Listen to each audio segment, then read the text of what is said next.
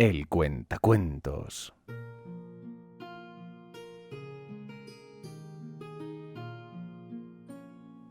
Este es el relato del fin de los tiempos de Warhammer.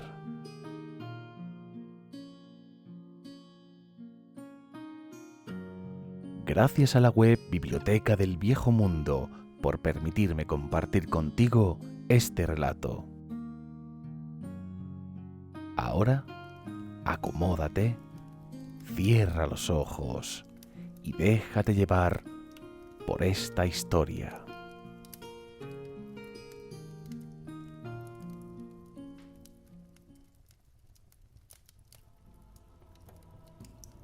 Capítulo 4. Mareas oscuras. Lejos, muy al norte de Silvania, el imperio estaba sitiado.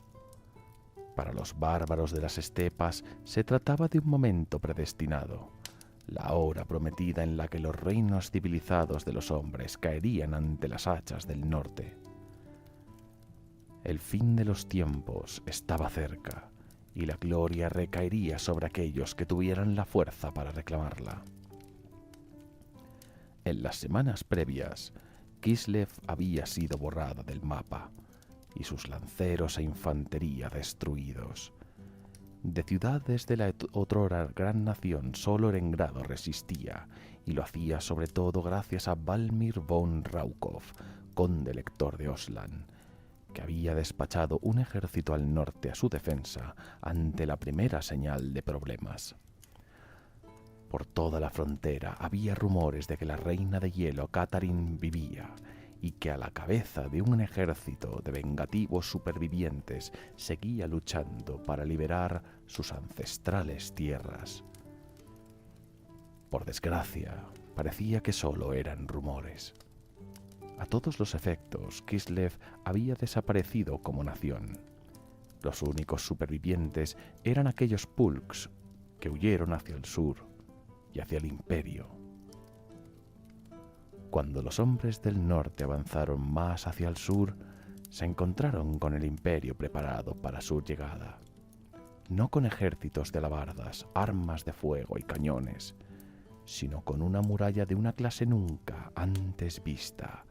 Este era el bastión áurico, una fortaleza de piedra y fe alzada por la mano de Baltasar Geld, el patriarca supremo de los colegios de la magia.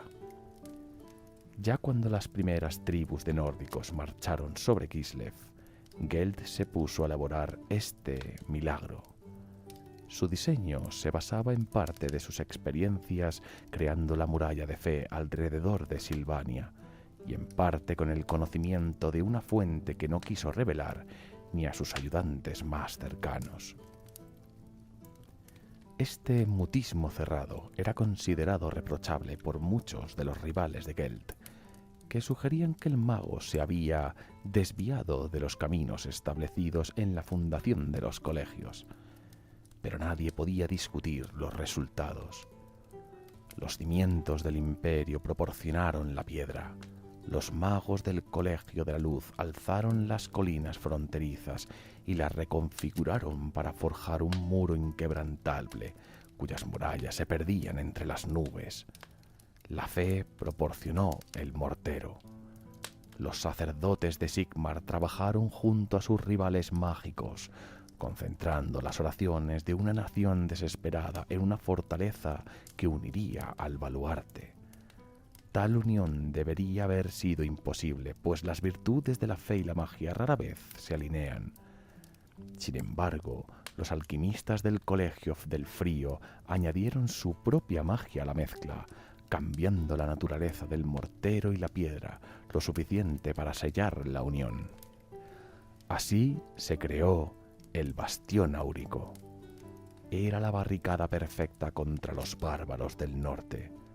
No necesitaba guarnición alguna, pues ni garras ni ganchos podían encontrar asidero en sus escarpadas laderas. Tampoco eran necesarios ingenieros o trabajadores para repararla, pues la roca viva curaba rápidamente cualquier daño que sufriera. Los hombres no podían subir o destruir el bastión áurico, y gracias a las bendiciones establecidas en su núcleo, los demonios no podrían siquiera acercarse.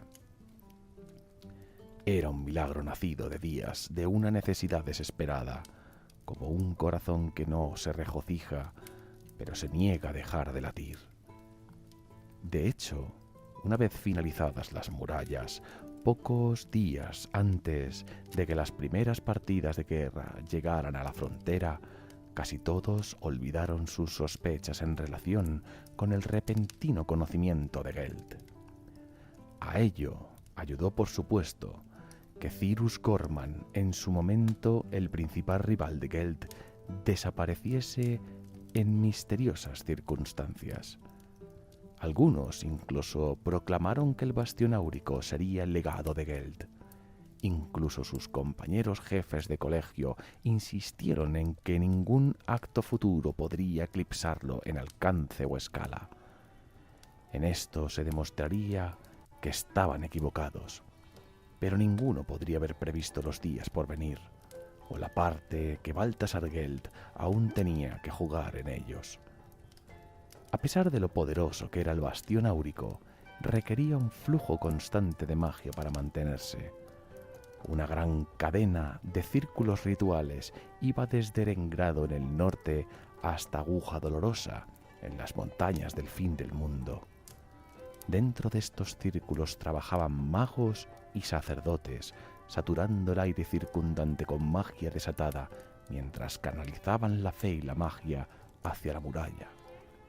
Dicho trabajo era agotador y con demasiada frecuencia sus integrantes se derrumbaban bajo la presión o perecían cuando sus mentes no podían contener más las fuerzas que trataban de canalizar. Los reemplazos de los caídos eran colocados rápidamente, pero cada interrupción en el ritual creaba una debilidad momentánea en la pared, una vulnerabilidad ínfima que los bárbaros del norte eran demasiado rápidos como para desaprovecharla. Incluso un lapso momentáneo podría permitir una incursión al otro lado de la frontera, y había muchos de esos lapsos para explotar. Cada día, decenas de partidas de guerra y ejércitos se deslizaron hacia el sur por las brechas.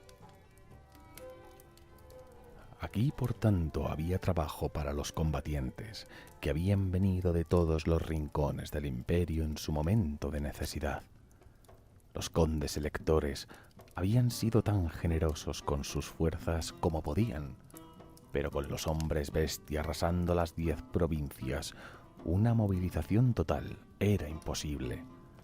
Aún así, la tierra detrás del bastión áurico era un derroche de heráldicas, con el lobo blanco de Middenland junto al hombre muerto de Stirland, el sol de Aberland y la doncella de Talabheim, entre muchos otros. Los condes electores de las tierras asediadas lideraban la defensa como lo habían hecho muchas veces antes. El tramo oriental era dirigido por Wolfram Helwig de Ostermark, un hombre inquieto reconocido por su enfoque metódico de la guerra. Las defensas occidentales estaban en manos de Valmir von Raukov, conde elector de Ostland. Junto con Sir Gaetan Arov, el boyardo al mando de las defensas de Erengrado, Raukov mantenía el pequeño rincón de Kislev que quedaba, y así salvó a las provincias de Ostland devastadas por la guerra de nuevos horrores. La defensa del tramo central del bastión áurico recayó en Aldebrand Ludendorff, conde elector de Hochland. A diferencia de Herwig y von Raukov, rara vez había tenido un papel directo en los combates, prefiriendo en su lugar ver los patrones de la guerra desplegarse ante ellos. Hubiera sido demasiado fácil considerar a Ludendorff un cobarde, si no fuera por la habilidad casi sobrenatural con la que maniobraba sus fuerzas. Los hochlandeses sabían todo esto, por supuesto, y obsequiaban a los soldados de otras provincias con los cuentos de cómo su señor era el séptimo hijo de un séptimo hijo, bendecido por Tal y Mirmidia con previsión y sabiduría. Todo falso, por supuesto, Ludenhoff era simplemente un hombre que era lo suficientemente inteligente como para ver un patrón donde todos los demás veían anarquía, y era lo suficientemente valiente para actuar sobre lo que percibía. A medida que las semanas y meses pasaron, miles de norteños e imperiales perecieron. Pronto se hizo evidente que la situación estaba, como mucho, en un punto muerto. Exploradores montados en Pegasos salían raudos a diario por encima del bastión áurico, y aquellos que regresaban informaban que la Horda no se reducía ni perdía impulso, sin importar cuántos de sus guerreros morían en esos momentos en los que la magia fallaba. Incluso cuando los artilleros de Nuln llegaron al fin y dirigieron sus andanadas de cohetes y fuego de mortero por encima de la muralla, su artillería no hizo nada para disminuir la horda. Peor aún, no bien habían disparado las primeras baterías cuando la Horda del Caos respondió con un aluvión de sus cañones infernales en vanguardia. Ambas partes estaban disparando a ciegas, pero tal era la concentración de fuerzas a ambos lados del bastión que era muy mala suerte errar por completo un disparo. Merodeadores vestidos de pieles fueron desmembrados por cohetes y proyectiles. Milicianos vivaqueando fueron incendiados por fuego demoníaco, siendo los afortunados aquellos que perecieron en las llamas, pues los supervivientes fueron rematados por compañeros horrorizados por las mutaciones que les provocaba dicho fuego. Hacia el sur, los hombres del Imperio besaron colgantes con forma de martillo y oraron a Ulrich en busca de coraje. Al otro lado de las murallas, caciques y chamanes proclamaban que el punto muerto era una prueba de solvencia, y por lo tanto inculcaron mayor salvajismo en aquellas tribus lo suficientemente afortunadas como para explotar una de las brechas intermitentes. No quedaba más de un mes para Heimisnach cuando se hizo evidente que el fuego de artillería no era la única cosa que podía pasar por encima del bastión áurico. El viento se había desplazado al norte y con él llegó un nuevo hedor. El aire a lo largo de la frontera había sido amargo durante muchos meses, cargado de la miriada de tipos de inmundicia que acompañaron a los vastos ejércitos acampados. Pero esto era algo diferente. Era rancio y dulce al mismo tiempo, aborrecible y embriagador en igual medida. Y allí, donde el viento lo llevó, la peste le siguió. Durante la noche, el tramo central del bastión áurico se convirtió en un osario de muertos y moribundos cuando los hombres, debilitados por raciones magras y constantes batallas, fueron víctimas del contagio. Cientos murieron, ahogándose en su propio vómito cargado de pus, o asfixiados cuando sus pulmones se llenaron de sangre negra. La plaga no hacía distinciones y acosó a los norteños tanto como lo hizo con los hombres del Imperio, pero donde los primeros abrazaron la enfermedad como una señal del favor de Nargel y lo soportaron como prueba de la generosidad de los dioses oscuros, los últimos lo vieron como un presagio de fatalidad. En el puesto de mando de Ludenhoff, sacerdotes y hermanas de Salia hicieron lo que pudieron para contener el contagio, pero su diosa no era más que una sombra del poder oscuro que había desatado la plaga. Se buscaron remedios y recitaron oraciones, pero nada podía frenar la enfermedad. Tal vez una cuarta parte de los infectados sobrevivió a la enfermedad, pero la mayoría lo hizo volviéndose locos o sufriendo amputaciones como un recordatorio de lo cerca que habían estado de conocer amor, y menos aún estaban en condiciones de luchar por más tiempo. Solo el aislamiento parecía una barrera a la plaga. Aislamiento y vigilancia ante los primeros signos de infección. Los muertos fueron quemados en piras santificadas y los vivos infectados separados de sus compañeros mediante empalizadas de estacas afiladas y la amenaza de armas cargadas.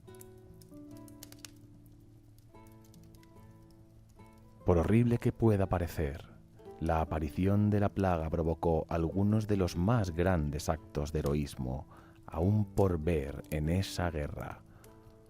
Una de ellas concierne a las espadas de Ulrich, una banda guerrera de la inexpugnable Middenheim. A pesar de ser infectados desde el principio, las espadas de Ulrich mantuvieron la brecha en Krakow, sin apoyo durante casi un día. Cuando llegaron finalmente los refuerzos, hallaron el bastión áurico completo una vez más y los cuerpos cubiertos por la plaga de los espadas agrupados en torno a su estandarte caído. Incluso al borde de la muerte, los de Middenheim lucharon hasta el fin. Conforme Heimisnach se acercaba y el contagio no daba señales de disminuir, Ludenhof, que había perdido a 2 de sus hijos por la plaga, instauró medidas drásticas. Descartando todos los consejos, ordenó que los muertos y los afligidos fueran lanzados a las piras. La piedad y la medicina no habían hecho nada para detener la plaga, razonó, por lo que las llamas tendrían que hacerlo. Pocos fueron voluntariamente al fuego y estallaron muchas escaramuzas cuando los grandes espaderos del conde trataron de hacer cumplir su voluntad. Al final, miles de almas que iban a morir encontraron su fin entre las llamas con la esperanza de que con ello evitarían el de sus compañeros. Ludenhof endureció su corazón sabiendo que era necesario, pero condenándose a sí mismo por carnicero. En lo profundo del reino del caos, Nargel rugió de ira cuando su más reciente creación pereció junto a los que había acosado. Mientras las piras funerarias menguaban y morían, Ludenhof montó y se dirigió al norte, al castillo de von Rauken. Allí buscó audiencia con el emperador Karl Franz, el cual había tomado el mando supremo de las defensas recientemente. Al ingresar en el colegio de magia del emperador Ludenhof, cayó de rodillas y confesó la masacre que se había visto obligado a infligir. Ludenhof esperaba, y tal vez necesitaba, hacer frente a la censura por sus actos, pero ninguna recibió. En cambio, el emperador le elevó sobre sus pies y le felicitó por sus acciones. En tiempos como estos, le dijo a modo de consuelo, ciertos hechos oscuros eran necesarios para mantener a raya a una oscuridad aún más profunda. Era una lección que dio no solo a Ludendorff, sino a todos los presentes en el Consejo de Guerra, aunque tal vez nadie acusó tanto unas palabras tan profundamente como lo hizo Balthasar Gelt. Así pues, Ludenhof regresó a su mando, absuelto de culpa, pero atormentado por sus actos. Obtuvo algo de consuelo al saber que la plaga había remitido, pero sufriría de insomnio por el resto de su vida, convencido de que los fantasmas de los que él había asesinado reclamarían su alma si pudieran. Heimisnach llegó al fin, con Morsliev y Mansliev cerniéndose amenazadoramente bajo el cielo. Con esa noche llegó la hueste habitual de terrores, aunque para gran parte de la gente en estos tiempos difíciles el surgir de fantasmas y demonios de la tierra parecía algo casi habitual. Sin embargo, al acercarse la medianoche, quedó claro que se trataba de una Heimisnach diferente a cualquiera. A lo largo del bastión áurico, sacerdotes, brujos y chamanes sintieron el mundo estremecerse cuando Nagash se esforzó por doblegar a Shish, el viento de la muerte, a su voluntad. Cuando cayó la medianoche, un pulso de energía espeluznante barrió la frontera. Los sacerdotes de Mor cayeron en la locura. Los magos del colegio amatista gimieron mientras sus cuerpos mortales se convertían en polvo. Chamanes y hechiceros del norte sintieron que su poder crecía, para después perecer cuando la magia se desvaneció de nuevo, llevándose sus almas con ella. Y a todo lo largo del bastión áurico, los muertos se alzaron. Ningún propósito dirigía a los esqueletos y zombies que se abrían camino a la superficie. Aunque nadie lo sabía aún, Nagash había tratado infructuosamente de atar la magia de la muerte a su voluntad, y los recién resucitados no tenían nada para guiarse salvo el más básico de los instintos. Si los vivos estaban cerca, los no muertos caerían sobre ellos.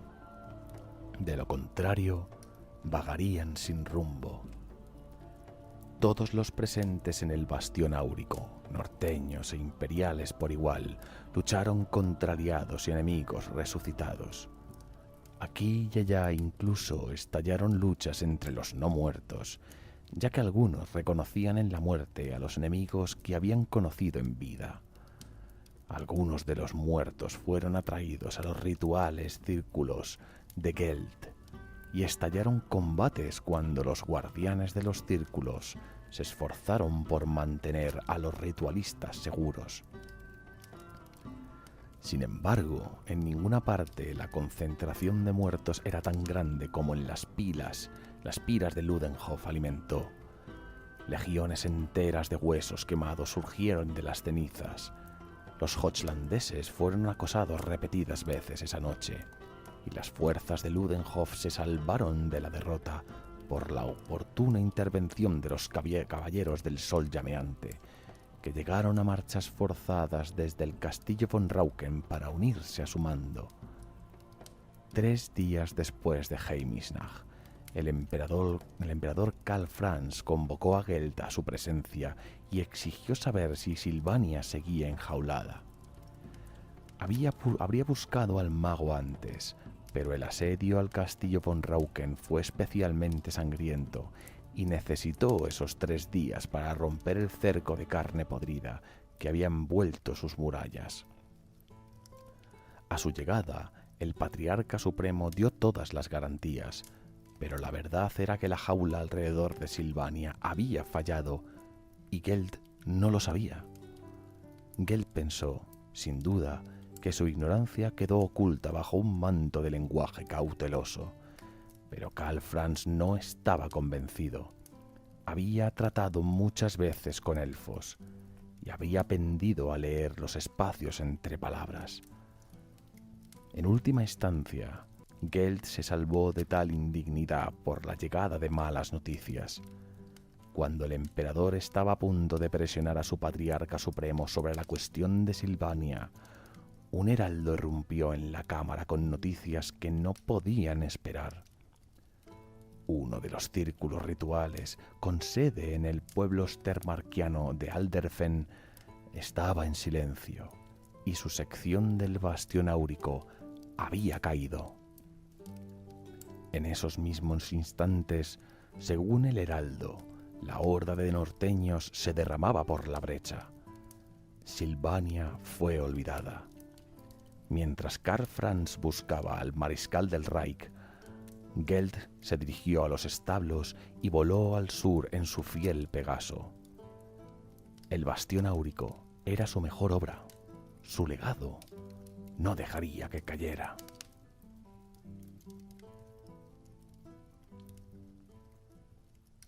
Relato. ¿Está Silvania aún enjaulada? Con una inclinación, el heraldo abrió la puerta de los aposentos privados del emperador y Baltasar Geld pasó dentro. Era una habitación de magnífica opulencia, se dio cuenta el mago, aunque dudaba que el ocupante tuviera ojos para nada de eso. El emperador paseaba arriba y abajo por el centro de la habitación, con el golpe rítmico de sus pasos solo roto por el crujido silencioso de la tela, mientras giraba sobre sus talones para volver sobre sus pasos. En un momento de oscuros rumores, comenzó Karl Franz sin preámbulos mientras el mago se acercaba. Pero hay un rumor que se repite tan a menudo y tan fuerte que no tengo más remedio que preguntarte acerca de él directamente. El emperador dejó de pasearse y se fijó en Gelt con una mirada penetrante. ¿La jaula alrededor de Silvania todavía se sostiene? La pregunta tomó a Gelt por sorpresa. Su mente se había fijado en su totalidad sobre los restos del norte. El destino de la maldita tierra vampira estaba alejado en el pasado, donde el mago había pensado que pertenecía. Nunca describiría mis obras así, Majestad, se opuso Gelt, tan lisamente como pudo. De hecho, me gustaría recordar a su Majestad que el muro de fe fue pensado solo como una medida transitoria, y de hecho la desesperación nos forzó a todos después de la precipitada acción de Volkmar. Si me hubiera advertido de su intención de abrir una brecha en Silvania, tal vez... Karl Franz agitó la mano para silenciar al mago, y el significado del gesto no escapó a Gelt. Tan oscuros eran los días que incluso el gran hombre de estado del Reikland estaba perdiendo la compostura.